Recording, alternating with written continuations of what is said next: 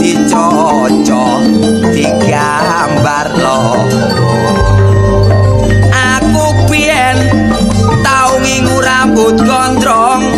kepingin grentik nganggo kawat diobong kepingin kribo keturutan gayaku sombong bareng kaudanan